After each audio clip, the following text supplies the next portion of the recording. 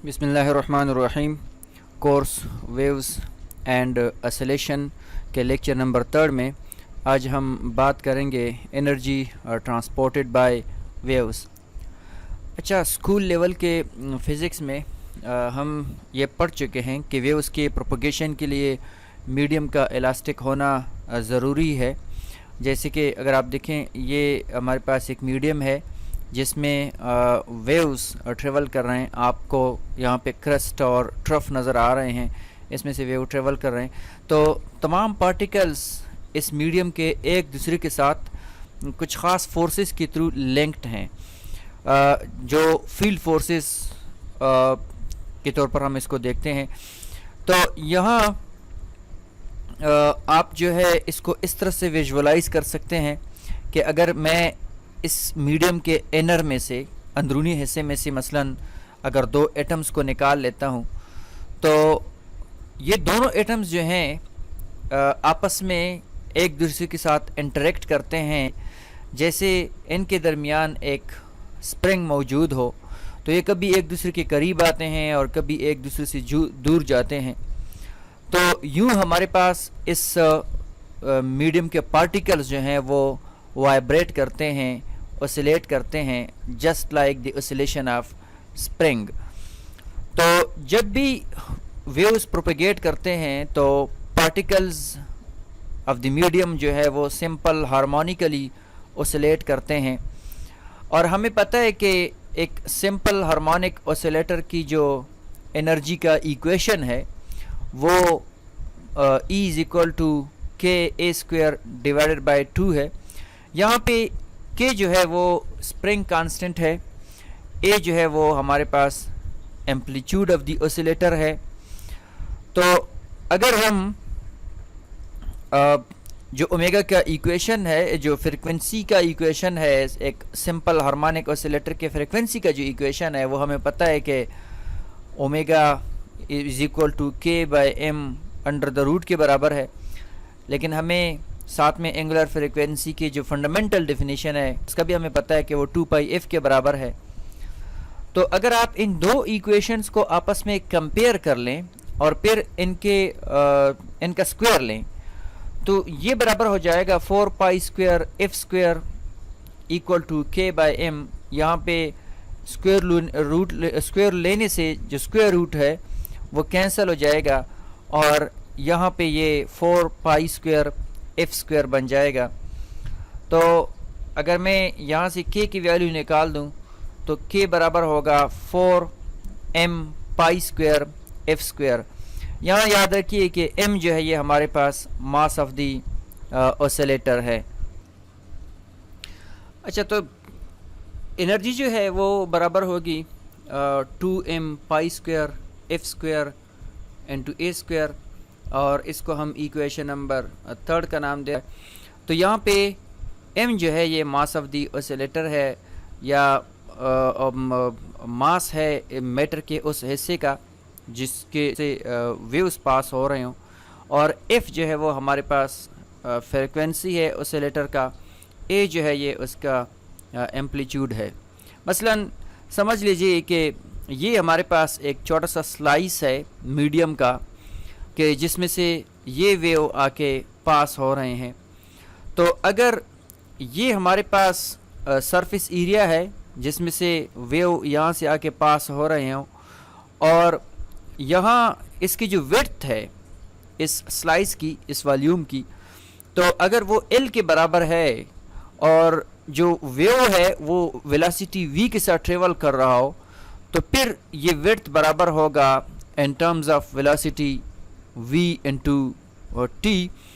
तो टोटल जो वॉल्यूम इस स्लाइस का बन रहा है, फिर वो एरिया, ये जो सरफेस एरिया है, एरिया मल्टीप्लाइड बाय विड्थ, तो इस पूरी स्लाइस का वॉल्यूम आ जाएगा s इंटू वी टी। तो मैं डेंसिटी की डिफिनीशन को इस्तेमाल करके इधर मास को रिप्लेस करूँगा और मास हमारे पास बराबर होगा रो इंटू वी, और यहाँ पे रो जो है वो डेंसिटी है इस मीडियम की, और वॉल्यूम जो छोटा सा वॉल्यूम हमने कंसिडर किया है जिसमें से वेव पास हो रहे हैं, तो वो हमारे पास S/L है। याद रखिए यहाँ पे S जो है वो इस स्लाइस का सरफेस एरिया है जिसमें से वेव पास हो रहे हैं। तो रो N/S और L की जगह पे हमारे पास आ जाएगा VT। तो अगर मैं मास की जगह पे ये वाली वैल्यू पुट कर लूँ इक्वेशन नंबर 3 में, तो एनर्जी का जो इक्वेशन है वो बन जाएगा E = 2 पाई स्क्वायर, और m की जगह पे आ जाएगा रो S VT × F² A² अपनी जगह पे होंगे। तो ये वो टोटल अमाउंट ऑफ एनर्जी है जो कि ये वेव जो है वो कैरी कर रही होगी। अब यूनिट टाइम में ये वेव कितनी अमाउंट ऑफ एनर्जी ट्रांसपोर्ट कर रही है, तो हमें पता है कि उसको हम पावर कहते हैं, और एवरेज पावर जो है वो बराबर होगा एवरेज एनर्जी बाय टाइम के। तो अगर मैं यहाँ यही इक्वेशन एनर्जी का इसमें पुट कर लूँ तो एवरेज पावर हमारे पास बराबर होगा 2 रो SV pi square F² A²। यहाँ पे ये जो टाइम है T, ये इस टाइम के साथ कैंसिल हो जाएगा। तो जो पावर है वेव का वो हमारे पास बराबर होगा 2 रो SV pi square F² A² के। तो आप यहाँ एनर्जी और पावर की इक्वेशन को देख सकते हैं कि अगर हमारे पास ये बाकी टर्म्स कांस्टेंट हों तो फिर हम कह सकते हैं कि एनर्जी जो है वो एम्पलीट्यूड के स्क्वायर के प्रोपोर्शनल।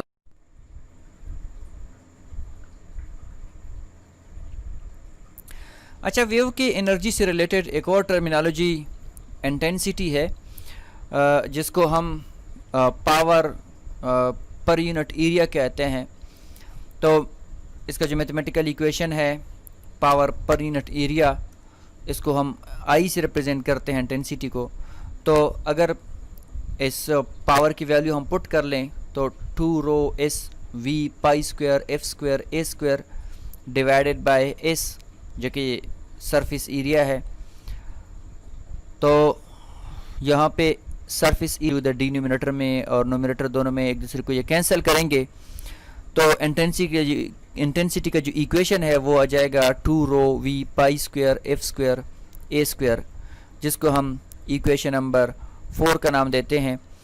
और इंटेंसिटी का जो यूनिट है वो इस बेसिक इक्वेशन से हम निकाल सकते हैं कि पावर का जो यूनिट है वो हमारे पास वाट है और एरिया का जो यूनिट है वो हमारे पास मीटर स्क्वायर है। तो ये हो जाएगा वाट पर मीटर स्क्वायर या जूल पर सेकेंड पर मीटर स्क्वायर भी हम इसको लिख सकते हैं। अच्छा, इन तीनों टर्मिनोलॉजी में फ़र्क को अगर हम समझने की कोशिश करें कि एनर्जी, पावर और इंटेंसिटी, इन तीनों टर्मिनोलॉजीज़ में फ़र्क क्या है। मान लीजिए कि आपका घर किसी एक मेन रोड के बिल्कुल किनारे पे वाक़या है और आप 24 आवर्स में ट्रैफिक की जो शोर शराबा है उसको आप सुन रहे हैं, और उसकी साउंड एनर्जी जो आपको मिल रही है 24 घंटों में वो 1000 जूल है। खुदा न ख्वास्ता अगर आपके घर के बिल्कुल सामने एक एक्सप्लोजन हो जाता है और वो एक्सप्लोजन आपको 1000 जूल एनर्जी ही दे रहा है, लेकिन अब वो जो 1000 एनर्जी है वो 24 आवर में नहीं मिल रहा, बल्कि वो 1000 जूल एनर्जी आपको विद इन फ्यू सेकंड मिल रहा है, जिसकी वजह से आपके घर में मौजूद खिड़कियों के शीशे तक टूट सकते हैं। और वो क्यों कर टूट रहे हैं? क्योंकि अब जो साउंड एनर्जी अब मिल रही है एक्सप्लोजन की सूरत में, तो उसकी जो पावर है वो भी बहुत ज़्यादा, जो पर यूनिट एरिया जो अमाउंट ऑफ एनर्जी डिलीवर हो रही है वो भी ज़ाहिर है फिर बहुत ज़्यादा होगी। तो वो जो खिड़कियों का तोड़ना है वो असल में एनर्जी की वजह से नहीं है, वो इंटेंसिटी की वजह से है। क्योंकि एनर्जी तो आपको 1000 जूल एनर्जी 24 आवर में हर दिन मिलती रहती है, लेकिन कभी शीशे नहीं टूट पाए। अब वो शीशे जो आपके घर के टूट रहे हैं, तो वो उस 1000 जूल एनर्जी की वजह से नहीं टूट रहे, बल्कि वो इंटेंसिटी की वजह से टूट रहे हैं। अच्छा, अब हम सपोज करते हैं कि हमारे पास वेव जो है वो 3 डायमेंशनल है और जो मीडियम है वो आइसोट्रोपिक है। तो अगर मीडियम आइसोट्रोपिक हो तो इस सूरत में स्फेरिकल वेव फ्रंट पैदा होंगे, क्योंकि तमाम डायरेक्शन में जो वेव का स्पीड है वो एक जैसा होगा, और जब स्पीड एक जैसा होगा तो फिर इस सूरत में स्फेरिकल वेव फ्रंट पैदा होते हैं। आइसोट्रोपिक का मतलब ये है कि उस मीडियम में जो वेव का स्पीड है वो तमाम डायरेक्शन में एक जैसा होगा। अगर आइसोट्रोपिक ना हो एक मीडियम, तो इस सूरत में मसलन अगर यहाँ पे सेंटर पे एक सोर्स मौजूद है और तो एक्स एक्सिस के एलांग अगर हमारे पास स्पीड ज़्यादा हो तो और वाई एक्सिस के एलांग स्पीड कम हो, तो फिर इस तरह के एक ओवल शेप के वेव फ्रंट बनेंगे, स्फेरिकल वेव फ्रंट नहीं होंगे। तो जो इंटेंसिटी है वो स्फेरिकल वेव फ्रंट की सूरत में पाई बाय एस के बराबर होगी, और ये बेसिक इक्वेशन है। इसमें एस की जगह पे अगर हम स्फीयर का एरिया पुट कर लें, सरफेस एरिया, तो 4 पाई आर स्क्वायर आ जाएगा। यहाँ पे चूँकि पावर हमारे पास ये कांस्टेंट है, तो जो इंटेंसिटी है वो आर स्क्वायर को इन्वर्सली प्रोपोर्शनल होगा। अच्छा, इंटेंसिटी चूँकि इक्वेशन 4 में हम देख सकते हैं कि प्रोपोर्शनल है to square of the amplitude. साथ में हमने पिछले एग्जांपल में देखा कि इंटेंसिटी जो है वो 1/r स्क्वायर को प्रोपोर्शनल है स्फेरिकल वेव फ्रंट की सूरत में। तो अगर हम इन दो प्रोपोर्शनलिटी को कंपेयर कर लें तो जो एम्पलीट्यूड है वो प्रोपोर्शनल होगा टू 1/r। अब अगर हमारे पास स्फेरिकल वेव्स कोई एक पॉइंट सोर्स पैदा कर रहा हो, तो दो डिफरेंट लोकेशंस पर, पोजीशन पर जो इंटेंसिटी होगी, मसलन एक 1 पॉइंट है और दूसरा पॉइंट जो है उसको हम 2 कह रहे हैं, तो पॉइंट 1 पे जो इंटेंसिटी है वो p/4 पाई r1 स्क्वायर होगी, और पॉइंट 2 पे जो इंटेंसिटी है वो p/4 पाई r2 स्क्वायर होगी। आप इस फिगर में देख सकते हैं कि अगर ये स्फेरिकल वेव फ्रंट का एक पिक्चर है, यहाँ सेंटर में हमारे पास एक सोर्स मौजूद है, तो ये R1 है और ये R2 का लोकेशन है। तो यहाँ पे जो इंटेंसिटी है वो I1 होगी, और इधर जो इंटेंसिटी है वो हमारे पास I2 के बराबर होगी। तो अगर मैं I2 की इक्वेशन को I1 पे डिवाइड कर लूँ, तो यहाँ चूँकि पावर हमारे पास कांस्टेंट है, 4 पाई भी कांस्टेंट है, तो वो एक दूसरे को कैंसिल करेंगे, और I2 डिवाइडेड बाय I1 बराबर होगा R1 square divided by R। अब अगर R2 जो है वो हमारे पास डबल हो ऑफ द R1, तो फिर इस सूरत में जो इंटेंसिटी है सेकंड पॉइंट पे वो I1 बाय 4 के बराबर होगी। तो इंटेंसिटी जो है सेकंड पॉइंट है उस पे इंटेंसिटी हमारे पास बहुत ज़्यादा कम होगी। कि अगर सोर्स हमारे पास एक कांस्टेंट पावर डिलीवर कर रहा हो, तो हम कह सकते हैं कि P2 जो है वो P1 के बराबर है, और अगर हम पावर की वैल्यूज पुट कर लें तो यहाँ आप देख सकते हैं ये P2 की वैल्यू है और राइट साइड पे हमारे पास P1 की वैल्यू है। तो यहाँ बाकी सारी चीज़ें हमारे पास कांस्टेंट हैं, वो एक दूसरे को कैंसिल करेंगे।